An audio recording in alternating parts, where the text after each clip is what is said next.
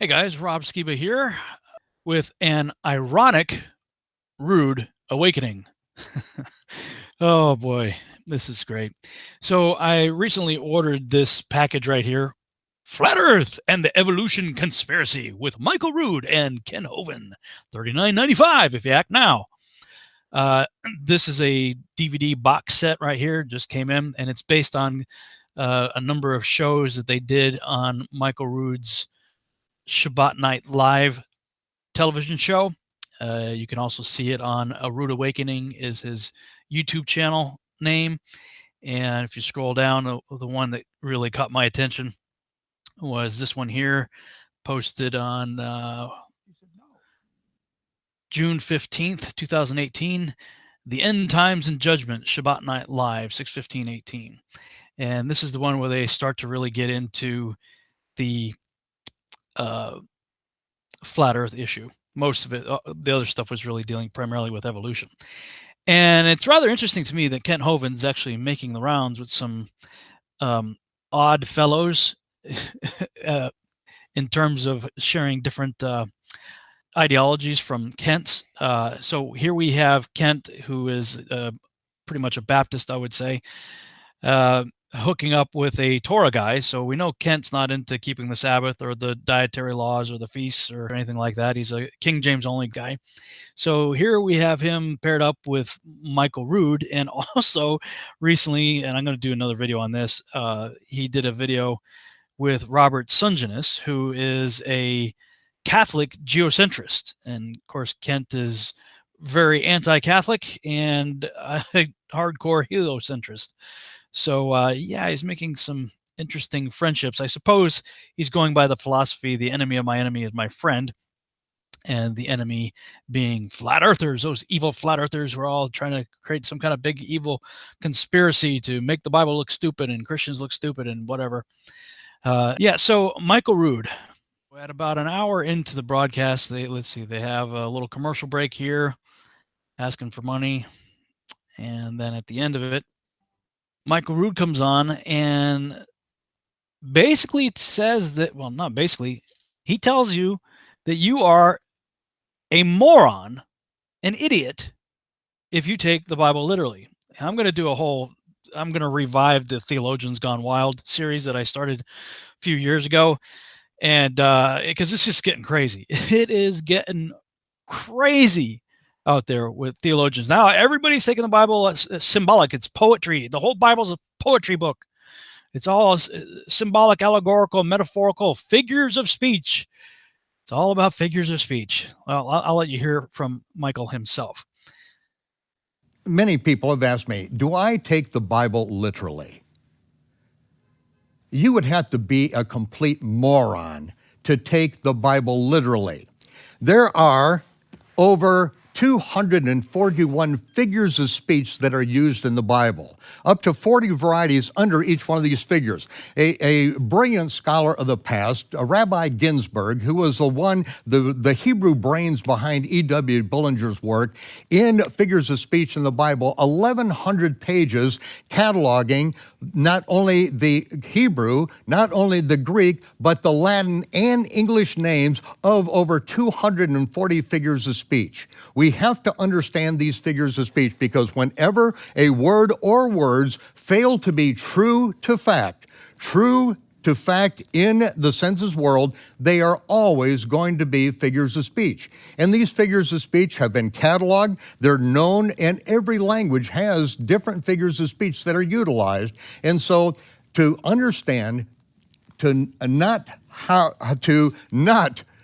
inaccurately interpret the Word of God, we have to understand that the Bible interprets itself. It does so right in the verse, right where it's written. It does so in the context, not only in the context of what is written, but also in the cultural context. So figures of speech emphasize. If I said the ground is dry, it's a statement of fact. The ground is thirsty.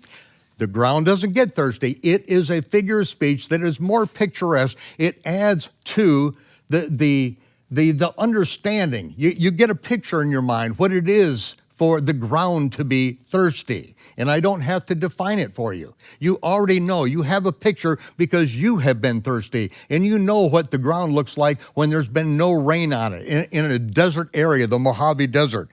And he's correct. Properly used figures of speech should convey in the mind of the hearer something at least remotely related to whatever it is you're using as a figure of speech. Same with poetry. If you're going to use poetry or speak in simile or utilize metaphors, symbolic language, whatever you are saying should at least in some way paint a picture in the listener's mind what it is that you're trying to discuss. For instance, Isaiah says, have you not known, have you not heard, hath it not been told to you from the beginning, i.e. Genesis? Have you not understood from the foundations of the earth? It is he that sitteth upon the circle of the earth, and the inhabitants thereof are as grasshoppers, that stretcheth out the heavens, the Shemaim, as a curtain, and spread them out as a tent to dwell in. Now we have the word as being used there. It's not there for the word circle, but for the tent, it's there because he's making a metaphor for you to think about. The heavens are stretched out over us like or as a tent. So we have a metaphor there. Well, in Isaiah's time, this would be a tent. If he's using a metaphor, people who are hearing his words would associate the metaphor. Okay, tent. It's a structure spread out over a flat surface. A tent. Modern times, something like this maybe. So that's just one of many examples that I could give. Obviously, when Isaiah used a figure of speech, circle of the earth, and inhabitants are as grasshoppers, and he spreads out the sky as a tent to dwell in, anybody who heard him automatically thought, okay, yeah, a tent, a structure stretched out over a flat surface. Nobody would have had this in mind. Nobody would have even imagined something like this being the truth behind the so-called figure of speech being employed. But beyond that, this is where it gets comical, at least to me anyway. When you don't understand figures of speech, when you've never spent time with 1,100 pages that are readily available in any community, Baker Bible Bookhouse still publishes this. If you don't want to take the time to do it, then you have no qualifications to really speak about these things in the Bible.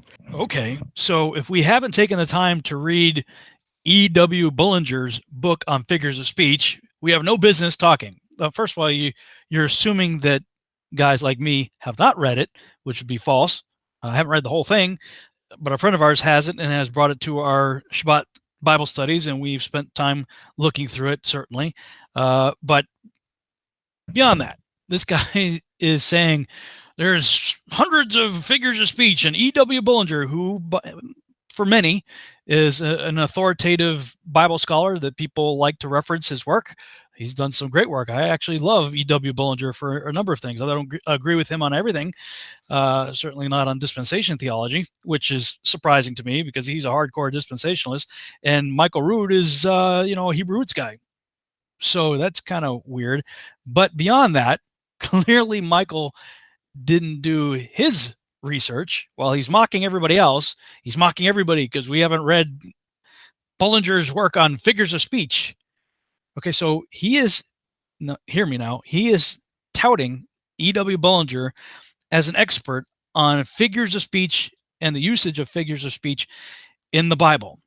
And he's using this as in the context of saying anybody who takes the Bible literally when it comes to the shape and nature of the earth and the cosmos is an idiot, is a moron. And yet, E.W. Bollinger, who wrote the book on figures of speech, was a documented flat earther. Oh, man, this is awesome. I'm going to put the link in the show notes below. You can check it out for yourself. Somebody named Kent Hovind compiled a whole bunch of newspaper articles from the late 1800s, early 1900s, showing how E.W. Bollinger was, in fact, a card-carrying flat earther, apparently regularly speaking on the topic. So the guy who wrote the book on figures of speech in the Bible apparently didn't think circle of the earth was a figure of speech for the globe, because IIW Bollinger was a flat earther, Michael. Oh no! No! Come on! Or for the King James only types out there, Do it! With TV, be more funny.